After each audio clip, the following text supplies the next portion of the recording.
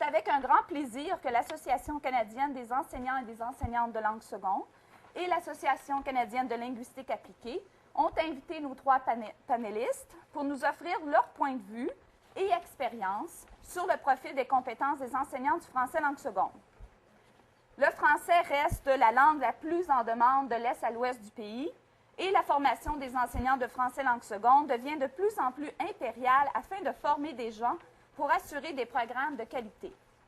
Toutefois, nous avons plusieurs questions sur les compétences, la compétence, une compétence de ces futurs enseignants. Quel niveau de français est adéquat pour enseigner la langue seconde? Qui devrait enseigner le français langue seconde? Quelles compétences et qualifications autres que la langue sont désirables et nécessaires? Notre panel répondra à ces questions et probablement à d'autres questions. Miles jouera le rôle de modérateur, mais avant que je passe le micro à Miles, je voudrais vous présenter Dr. Alina McFarlane de CASA. Ensuite, ça va être Michael, je pense qu'il va parler. Michael Salvatori de OSU-UT, Université de Toronto, et il travaille aussi à l'Ordre des enseignants de l'Ontario. Ensuite, ce sera le tour de Dr. Monique Bournat-Tritz, qui vient de l'Université British Columbia. Alors, merci d'avoir accepté et à vous la parole. Alors, sans tarder, j'invite Alina McFarlane pour démarrer notre discussion. Et chaque participant, panéliste, va parler pendant 7-10 minutes. 10 maximum. Après ça, je les coupe. Nous nous sommes penchés sur la question d'un profil de compétences pour des enseignants et enseignantes. Surtout comme... bon, je vais parler de ça un peu plus tard. Alors, on a commencé avec un document que CPF a préparé en 2002. Dans un de ces documents, l'État du français langue seconde au Canada, qui était en préparation pour le sondage de combien de professeurs de français langue seconde il y a au Canada et s'il y a un manque de professeurs. Et ce document décrivait ce qu'on voulait avoir comme professeur de langue seconde dans toutes les provinces du Canada. Et il y avait 4 composants. Il y avait la compétence pédagogique, c'est-à-dire la compétence générale, comment enseigner en général, la compétence pédagogique en langue seconde, la méthodologie de l'enseignement des langues secondes, ensuite la compétence langagière et finalement la compétence en matière à enseigner si, par exemple, on enseignait les mathématiques en français en immersion. Le comité a discuté ces 4 idées-là et ils sont arrivés à l'idée qu'on ne pouvait pas prendre ces 4 compétences comme une liste.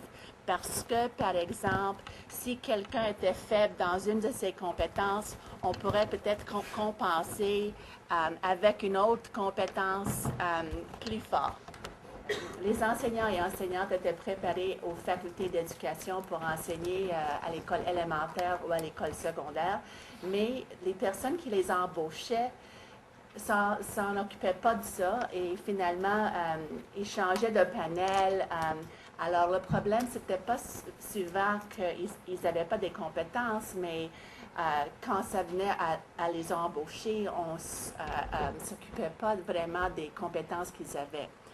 Alors, finalement, on est arrivé à l'idée de regarder quelles étaient les pistes à suivre pour les professeurs qui étaient déjà en place, comment on pouvait améliorer les compétences des enseignants et enseignants qui étaient déjà là, parce qu'il y avait plusieurs, probablement, qui n'avaient pas ce qu'on pensait seraient les qualifications minimales. Et on a discuté de 32 possibilités, c'est-à-dire les possibilités pour la langue, les possibilités pour la méthodologie. Et on a trouvé un document qui s'appelle Europe Profile for Language Teacher Education, a Frame of Reference. Dans ce document, il y avait 40 pistes différentes. Notre comité en a trouvé 32, même sans regarder le document. Une fois qu'on a regardé le document, on trouvait que les autres idées aussi étaient justes, mais c'était comme une liste où on pourrait, par exemple, améliorer différents programmes aux facultés et aussi de perfectionnement professionnel après pour les 4 compétences dont on parlait. On avait aussi des problèmes, par exemple, avec la préparation en matière pour l'enseignement de français langue seconde, c'est-à-dire préparation en mathématiques en même temps que préparation en français langue seconde. Parce qu'il y a très peu d'enseignants qui ont cette double formation et il n'y a pas vraiment d'initiative pour le faire.